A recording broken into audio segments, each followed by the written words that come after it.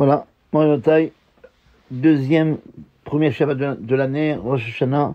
Donc, on poursuit les halachot de Rosh Hashanah, exception deux parties de halachot. Et on va faire un petit Dvar Torah à la fin, enfin, en troisième partie, pour avoir un petit chidouche sur Rosh Hashanah. Mais le plus important, c'est les lois, les halachot de Rosh Hashanah.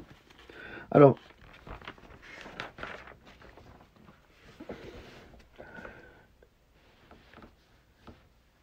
donc, lorsque Rosh Hashanah tombe Shabbat, on commence par le Seder de Kabbalat Shabbat. Comme chaque Shabbat, on fait Mizmor et David, après on fait l'Echad Odi, après Mizmor Shirom le Shabbat, et après Lamnatsiach Gitit et Achot Ketana. Mais on commence par Shabbat parce que, en vertu du principe, Tadir Veno Tadir, ce qui est fréquent et moins fréquent, le plus fréquent, il passe avant. Dans les tfilotes de Rosh Hashanah, il faut savoir que, comme d'ailleurs toutes les tfilotes qu'on fait, toutes les prières, c'est pas des mots qu'on récite. Les gens ils pensent que c'est des mots et que le tout c'est de dire tous les mots. Mais rappelez-vous que la tfila, plusieurs fois on a répété, c'est Avodat Halev, c'est le service du cœur. Il faut que ça vienne du cœur. Donc c'est pourquoi encore plus Rosh Hashanah, un homme il doit prier et supplier Malko Shilon Lam, le maître du monde, avec un cœur brisé et comme s'il savait être conscient qu'on n'est rien du tout, que toute notre vie elle dépend d'Hachem. Et Rabbi Chaim Vital, il témoignait sur son maître, le Harizal, qu'il avait l'habitude de pleurer beaucoup le jour de Rosh Hashanah.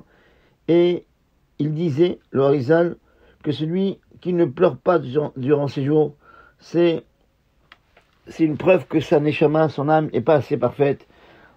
En plus, il disait, le Harizal, que celui qui pleure le jour de Tisha B'Av de lui-même, dans la tfila, c'est au moment où il pleure, c'est un siman pour lui qu'à ce moment-là, un signe qu'il est jugé à ce moment-là.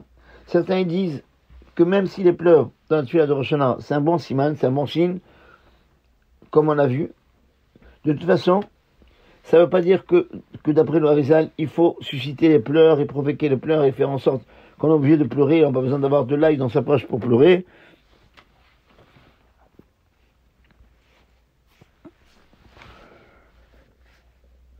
Parce que, a priori, on n'a pas le droit de provoquer des larmes le jour de Rosh Hashanah. N'oubliez pas que Rosh Hashanah, c'est un jour de simcha, un jour de joie, comme les autres Yamim Tovim, comme les jours de fête, et comme c'est marqué d'ailleurs dans le livre de Nehemia, que tout le peuple pleurait le jour de Rosh Hashanah. Il leur a dit, Ezra, les prophètes Ezra et Nehemia, c'est une journée kadosh sainte pour Hachem. Ne vous endeuillez pas, ne pleurez pas, altérez-vous, ne soyez pas triste, au contraire, il faut être joyeux, mais ce qu'a dit le Harizal, ça ne peut pas être en contradiction avec le verset, mais nous dire que si, en priant, sans vouloir pleurer, mais les larmes, ils coulent tout seuls, c'est un bon siman. Et là, à ce moment-là, si les larmes, ils coulent tout seuls, on n'a pas besoin de s'empêcher de pleurer. Et c'est ça l'opinion de notre maître, le Rav Ovadia Yosef. Et certains ils disent que, au contraire, même a priori, un homme il a le droit de susciter les pleurs les jours de Rosh Hashanah, parce que il pense qu'il n'y a que les pleurs de souffrance ou de tristesse et de mélancolie qui sont interdites les jours de Rosh Hashanah. Mais quand quelqu'un il pleure, non pas parce qu'il est triste, mais parce qu'il veut s'approcher d'Hachem, il voit qu'il est un peu loin, donc c'est pas des pleurs de tristesse, et par les pleurs, il s'approche plus de la tchouva, du retour vers Dieu, et de Vegout B'Hachem, et se lier à Hachem. Eh bien, il n'y a pas une plus grande joie que ça, mais en tous les cas, sachez que d'après Rabbi Yosef, si on pleure tout seul, si les pleurs ils viennent tout seuls, c'est un bon siman, mais on n'a pas le droit de se forcer à pleurer pendant le jour de Rosh Hashanah. Voilà. Donc les prières de Rosh Hashanah Yom Kippour, on rajoute dans la tfila Ata Kadosh des shvachim, des louanges à Dieu sur la royauté de Dieu. Et tous les oufren qu'on a en Amida, celui qui a oublié ces choses-là, eh bien, il ne recommence pas, mais il termine Amelach HaKadosh, et il continue. Par contre, s'il veut, il a le droit de dire ces phrases-là qui lui manquent, qu'il n'a pas dit, après Elokai Netzor. Dans la prière de la Hamida de Rosh Hashanah, on dit, Vatiten lanu Hashem Elokeinu b'shunazone Hashem, avec amour, et Yom Azikaron Azeh, c'est le jour du souvenir, ce jour de fête.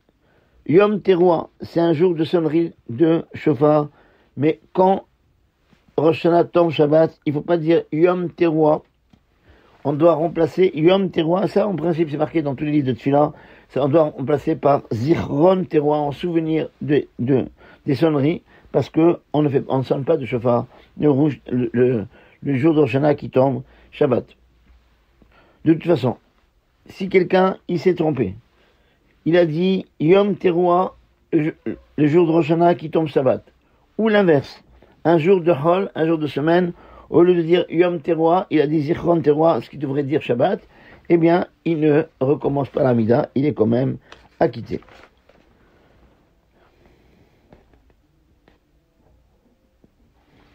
Voilà, et c'est bien, donc à la Tfila de Rosh Hashanah, à la fin de la Tfila, avant Alun Shabbat, c'est un mina qui vient institué par le Harizal, de dire le soir de Rosh Hashanah, avant le dernier Kaddish, et David Mizmor, Lachem Haaretz Umloa.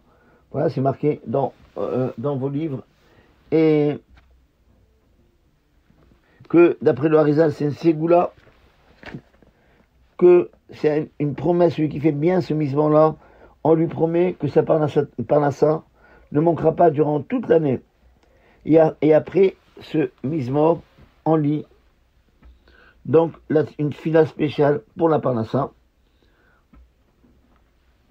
Et aujourd'hui, on a l'habitude de le faire, même après Alun Shabbat, dans la matinée, après Moussaf.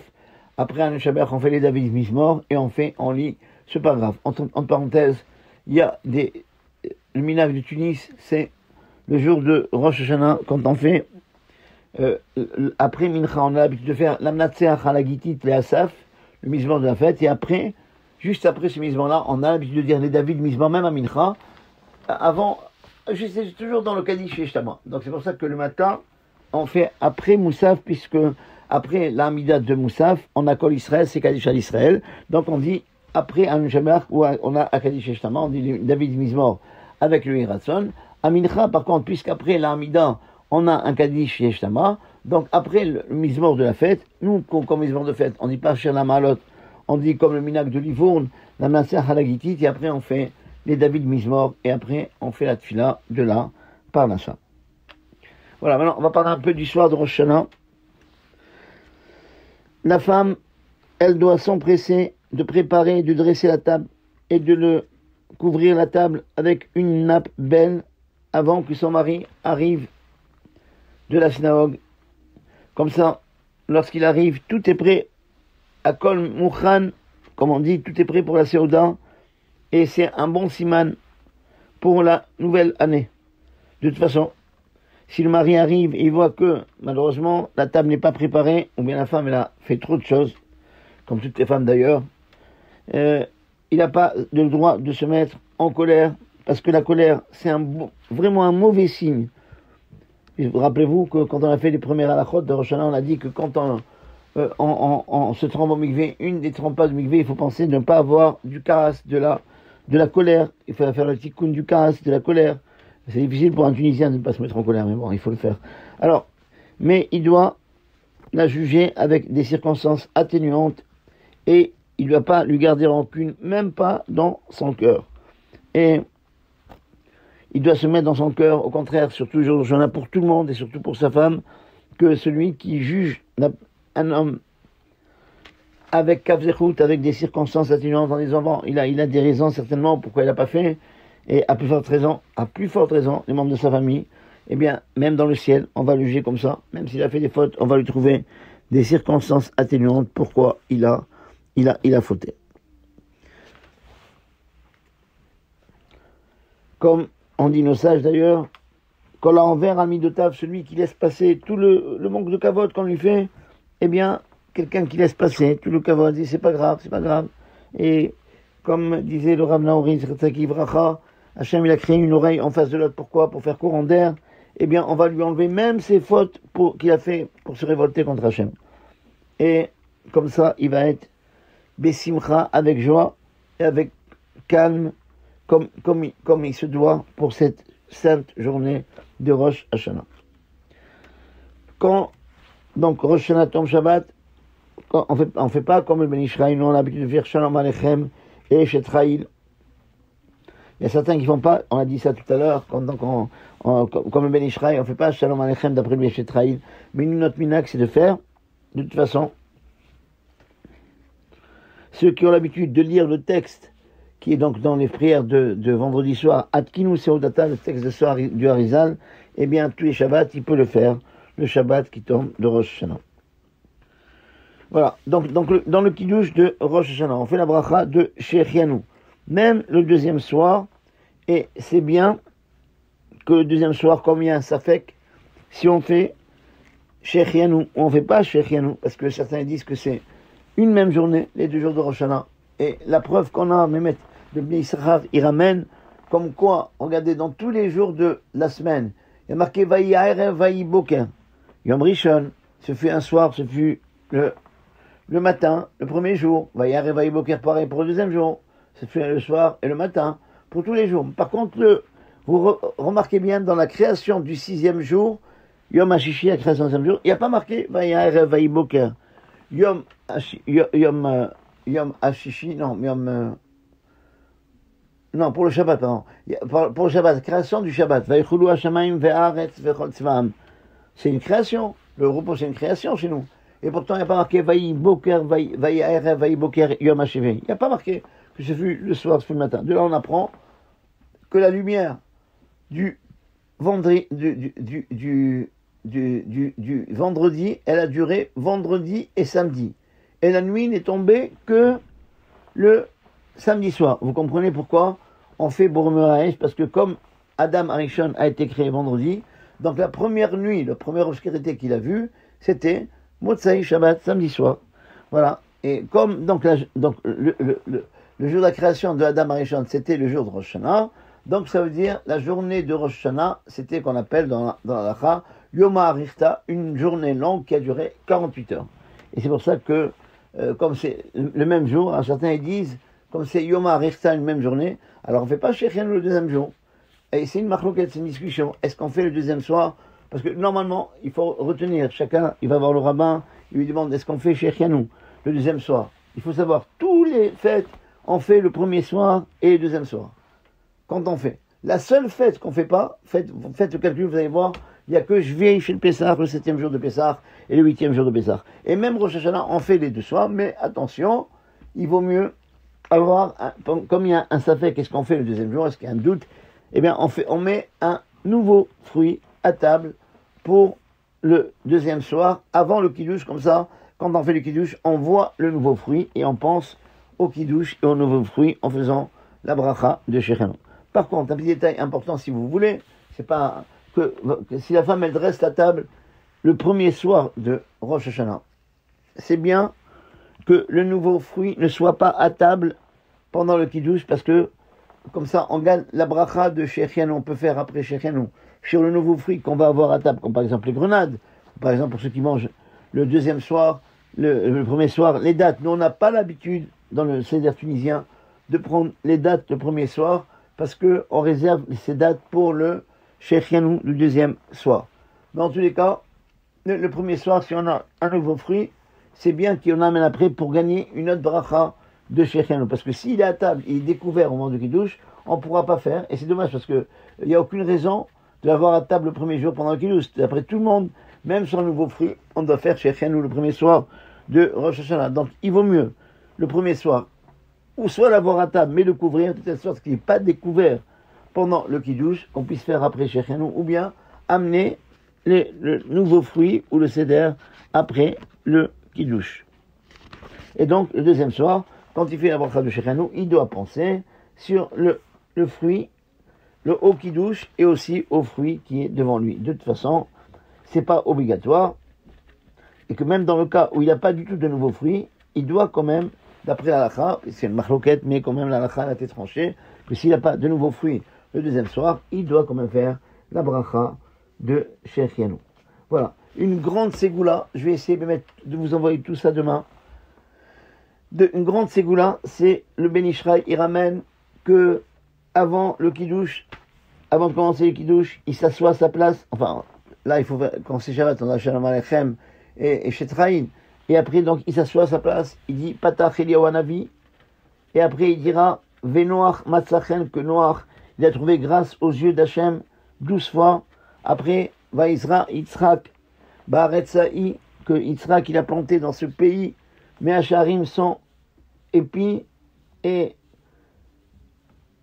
non, pardon. Baïmsa, il a trouvé 100 épis, 12 fois ce pasouk, qui aimera quoi avec toi, Hachem, Mekochaim, c'est la source de la vie. De dire ça 10 fois. Après, Or Zaroua, la Tzadik, c'est une lumière, la lumière, elle est ensemencée par le Tzadik, ça on le fait 17 fois. Va Martem Kolechai, 10 fois. Et après, il dit Tachashana Virkotéen. Et voilà, et donc il y a beaucoup de souhaits que le Ben Ishraï il a en faire en Kiddush, c'est une grande ségoula pour avoir une bonne année. Je vous promets, si je peux, demain, je vous envoie tous ces tikkunim, tous ces filotes qui sont tellement belles que quand on souhaite que cette année-là, elle sera riche en parnassa, elle soit riche en santé, etc. Et qu'on soit avec le nom des rabbinim. C'est vraiment très très beau. Depuis l'époque de mon grand-père, on avait l'habitude de faire cette fila du Ben Ishraï et que vraiment, je conseille à tout le monde de la faire pour avoir Ben Hashem Shana Tova. Voilà, donc dans le motzi de Rosh Hashanah, on a l'habitude de tremper le morceau de pain 3 fois dans le sucre à la place du sel. Voilà, nous comme ça, on ne met pas de sel à table, on n'a pas l'habitude de mettre de sel à table, mais on met que du sucre et on trempe dans le sucre. Et certains, ils ont l'habitude d'un pi Kabbalah, et c'est pas notre coutume à nous, de tremper d'abord dans le sel et après dans le sucre. Nous, on ne fait pas ça parce qu'on est les Tunisiens, on est des kiffeurs, on n'aime pas ce traluide là, c'est pour ça que peut-être on trempe que dans le sucre, mais sachez que d'après la Kabbalah, c'est bien de tremper dans le sel aussi le soir de Rosh Hashanah. Voilà, c'est bien. C'est bien, et c'est comme ça qu'est le minag de faire le soir de Rosh Hashanah des simanim, des signes pour une bonne année. Des mets qui sont comme un bon signe pour tous les jours de l'année. Comme on sait que les simanim, le siman, c'est quelque chose d'important. Quand quelqu'un fait un siman, c'est quelque chose d'important, c'est pas des choses... voilà, parce que, vous savez, alors je dis... ce que j'ai entendu de mon grand-père, il me dit parce que en réalité la Knesset Israël c'est comme la Kala d'Hachem, c'est la femme d'Hachem. Eh bien une femme, elle n'a pas le droit, même s'il a envie de son mari, elle n'a pas le droit de lui dire clairement, elle doit lui faire comprendre qu'elle a envie d'avoir des relations avec lui, ou bien voilà, toujours une femme, elle demande jamais à son mari quand le mari lui dit mais pourquoi tu me dis pas, eh ben je te dis pas, tu dois deviner, c'est comme ça que ça marche, c'est comme ça. Donc, comme on est la Kala d'Hachem, c'est pour ça que tout ce qu'on veut, le jour de on ne lui demande pas directement. On lui demande par des simanim, par des signes, par des clins d'œil. Car Viachol, si on peut s'exprimer comme ça, qu'on lui fait, que c'est un bon siman. Et c'est pour ça qu'on a l'habitude, alors je vais vous dire, l'habitude qu'on a, nous, les Tunisiens, le Seder, alors, il est composé de figues sèches.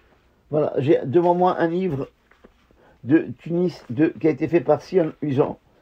Voilà, il a été édité, je veux dire, 176 Souk El Grana à Tunis en 1902, un vieux livre, et voilà, c'est le Seder que nous, on a l'habitude de faire. Voilà, on a les figues sèches, la grenade, la pomme, le sésame, la courge, les épinards, après la courge, le potiron, on va dire, les épinards, après les fèves, l'ail, nougat ou miel, ouais. Ça dépend de degré de kiffer qu'on a. La tête, c'est bien de prendre une tête de mouton, parce que on peut demander à Hachem deux choses. On peut lui demander qu'on soit toujours à la tête et non pas à la queue durant toute cette année, mais on peut lui demander quelque chose d'important aussi, que Hachem, qui se rappelle pour nous, quand on a une tête de mouton, la Kedat Israq, le sacrifice de Israq, et enfin, à la fin, le poisson. Alors voilà, donc ça c'est les simanim qu'on a l'habitude de manger le soir. Chacun il fait bémet comme le minag de ses avots, mais c'est notre minag qu'on a l'habitude de faire. Alors ça dépend, il y a des gens qui ont l'habitude de faire le seder juste après le kidouche, avant Netila, et d'autres qui le font après Netila. Le mieux, c'est de faire tout ça dans la Séouda, après avoir mangé un kazaït de pain, du motzi, et après, donc, quand on mange tout ça dans la Souda, on ne fait pas de bracha avant, parce que le motzi, il va acquitter, même dans le cas où il y mange sans, pour les légumes, il va les manger sans pain. Pourquoi? Parce que c'est des choses qu'on a l'habitude d'accompagner avec le pain, mais nous on a un problème, parce que tout ça, on a l'habitude de faire paner, donc c'est pas des choses qu'on mange comme ça, avec le pain. Et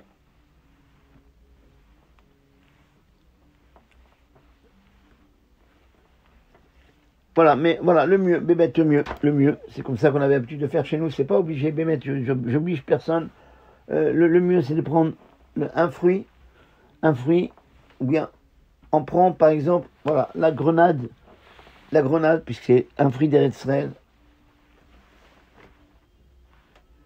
ou la figue, la figue, c'est le premier fruit qu'on a. On doit procéder comme ça. On prend la figue. Écoutez bien comment on doit faire. La figue, on prend d'abord une figue ou une grenade, on fait boré péréaetz d'abord. Boré péréaetz, et après, la bracha, si c'est nouveau, on fait shechianu. Et après avoir dit boré péréaetz, et après shechianu, on goûte un petit morceau, et après, quand on a goûté un petit morceau, on fait, après avoir goûté, le yiratson, que cette année-là, elle soit aussi pleine de mitzvot comme la grenade, ou bien elle soit aussi douce que la figue sèche, voilà. Et après, on mange une deuxième fois. Donc je répète, il fait la bracha de Boré Péraetz, il fait shechianu, et il mange d'abord, pour ne pas faire un sec, une interruption entre la bracha et la consommation. Et après, il fait le yiratson, il mange une deuxième fois. Et pourquoi il doit faire comme ça? On va me dire, pourquoi il ne fait pas le yiratson au début? D'abord, il souhaite que cette année soit... Je vois 2 minutes. Pourquoi il fait pas d'abord, il dit pas par exemple le premier fruit, donc c'est la figue sèche, la sricha qu'on appelle chez nous. Pourquoi il dit pas d'abord Yiratzon que Hachem soit, que cette année soit, Metuka, Kadevela, douce comme la figue sèche, et après, pourquoi il commence pas par cette phrase-là, et après il fait Boré Péréaetz. Voilà, si on veut ne pas faire de FSEC, on doit commencer par le souhait. Parce que on a un principe, on ne fait pas des souhaits personnels avant de remercier Akadosh Baruch Hu, de faire une bracha à Akadosh Baruch Hu. Le premier qu'on bénit, c'est Hachem. Quand on reçoit des gens chez nous et qu'ils doivent faire Birkat HaOreach, la bracha des invités, d'abord comment on procède? D'abord, on fait la Birkat HaBazon, et après, quand on termine presque à la fin des Rahman, à la fin, on bénit l'autre qui nous a invités. Et voilà, donc on ne peut pas passer un souhait personnel. Yeratson, c'est un souhait personnel. Pour Ipéraet, c'est une bracha pour Hachem. La bracha pour Hachem, elle passe toujours avant. Voilà, même le Baï Retev, il ramène dans le Shulchan Aruch qu'il y a beaucoup de gens, quand il y a une simcha, on leur donne un verre de liqueur. Alors comment ils procèdent? Ils disent les chaim. Après, c'est faux, c'est pas bien de faire comme ça. Et pourquoi? Parce que les chaim, c'est un souhait pour l'autre. Non, il ne faut pas faire comme ça. Il faut faire chez Akon Yamidvaro, boire un peu, après dire les chaim à son ami, pour que la bracha pour Hachem, elle passe avant l'ami. Voilà, et c'est comme ça qu'on a l'habitude de faire. Voilà, un livre de 1902 de Tunis. Je vais vous lire comment c'est marqué dans le livre. Voilà, en fila pour ceux qui ne comprennent pas, mais en judéo-arabe, je ne sais pas si je vais savoir bien prononcer, parce que ça fait longtemps que je ne parle pas tellement arabe, mais je parle marcham, j'ai envie à beaucoup de... Bon. Alors, il y a marqué comme ça, regardez dans le livre. Yachad Fidou, il prend dans sa main, je traduis l'arabe, j'ai fait un ulpan. Le sriha, c'est la figue sèche. Ou le reman, c'est où il prend la grenade. Ou le tefah, ou bien la pomme. Parce qu'il paraît d'après la Kabbalah, c'est mieux de prendre la pomme en premier. Oui, barek ad bracha. Et il fait cette bracha. Regardez, c'est marqué clairement. Baruch ata Hashem cholam, boré peri haaretz. Après. Oui, il y a que le treif, il mange un petit morceau. Ou bad, et après, il prendra dans la main Kol wahad, chacun, oui, Kol, Yiratzon. Et après, donc, il fait Yiratzon. Là, c'est marqué clairement. Je me disais, on ne fait pas l'habitude comme ça, mais l'habitude, quand j'ai expliqué à un ami que j'ai, qui s'est un peu énervé avec moi, parce que j'ai dit à ça, ne pas faire comme ça, je ne vais pas dire son nom. Et je lui ai dit, écoutez, c'est connu, tous les rabbinim m'ont dit que, aussi bien, bon, c'est pas très grave pour le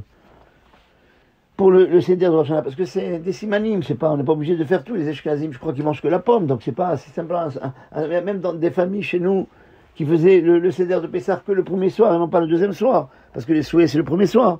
Mais bon, en tous les cas, en tous les cas, il faut savoir, moi, comme j'ai parlé avec un Rémi Frajuisant, il m'a dit une phrase vraiment très juste. Il m'a dit, regarde, c'est comme le soir de Pessah, comme le soir du Seder de Rosh Hashanah.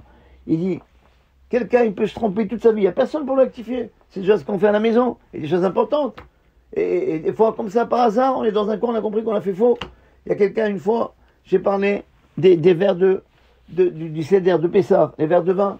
Alors j'ai expliqué, voilà, on prend le premier verre au début du Seder, après, quand on a terminé la première partie, après on mange, et après le manger, donc on prend le troisième verre, et après on fait la Haggadah, la suite de la Haggadah, et on fait après, donc on termine sur le quatrième verre.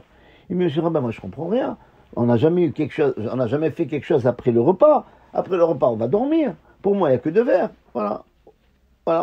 Il y a un autre qui pensait qu'il n'y a rien aussi à lire, mais il buvait les 4 verres comme ça, tac, tac, tac, tac. 4 verres de vin. Voilà, tout ça est faux. Et pourquoi c'est faux? Parce qu'il n'y a personne pour rectifier. Si quelqu'un ne fait pas des shurim de Torah, tout ce qu'on fait à la maison, on peut se tromper toute notre vie. Il n'y a personne pour nous rectifier. Donc voilà, donc c'est pour ça que c'est comme ça de mieux faire. Le mieux de faire, c'est comme ça, pour ne pas avoir de problème, parce que il y a des choses qui sont panées, et que des fois le panage, il est plus fort, ça dépend comment la femme elle fait, il est plus gros que la courge qu'on met à l'intérieur, etc. Donc des fois c'est boré mini-maisonot, à la place de boré périadama. Le mieux, c'est de faire comme ça. Pour le fruit commencer le Seder comme ça. Faire boré périaetz. Voilà, sur la figue. Voilà, sur la figue, comme on a dit, donc il n'y a pas de problème. Pour boré périadama, pour les cours, peut-être tu dois faire boré périadama ou bien boré mini-maisonot, pour ne pas rentrer dans le safek, parce que si c'est boré maison, on ne fait pas, puisqu'on a fait motzi. Qu'est-ce qu'on fait? On prend par exemple une banane, ou un bout de melon, il y a du bon melon en ce moment. Voilà, on fait la bracha de Boré Perdama sur le melon, et on pense à quitter tous les fruits de la terre. Et après, on prend un bonbon, ou bien on attend le sésame, aussi le sésame, si le haïka, c'est comme ça, c'est marqué le sésame, parce que dans le livre, il y a marqué, on fait Boré Perdama sur le sésame, mais il faut savoir, le sésame, il mangeait le sésame haf, comme on dit avant. Maintenant, c'est en nougat. Voilà, c'est pareil, c'est le même problème. Donc, c'est mieux de prendre, par exemple, un bonbon, faire chez Akon, il y a Bidvaro, et penser à quitter tout ce qui est chez Akol, et après faire le Seder normalement, comme ça, on rentre dans aucun safek, et c'est mieux de faire comme ça, le soir de Rosh Hashanah, de ne pas rentrer dans des sfekot. Et donc, les souhaits qu'on dit,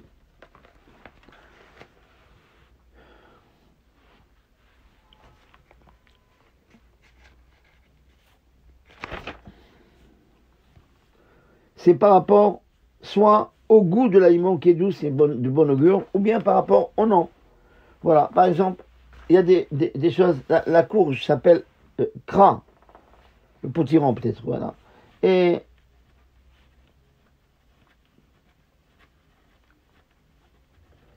oui, ce que je voulais dire, j'ai oublié, attendez. Donc avant de manger ces choses-là, il commence par le hiratson, et chaque siman, il dit une demande qui est comme le nom. Pourquoi? Parce que l'essentiel, c'est la tefila. Voilà.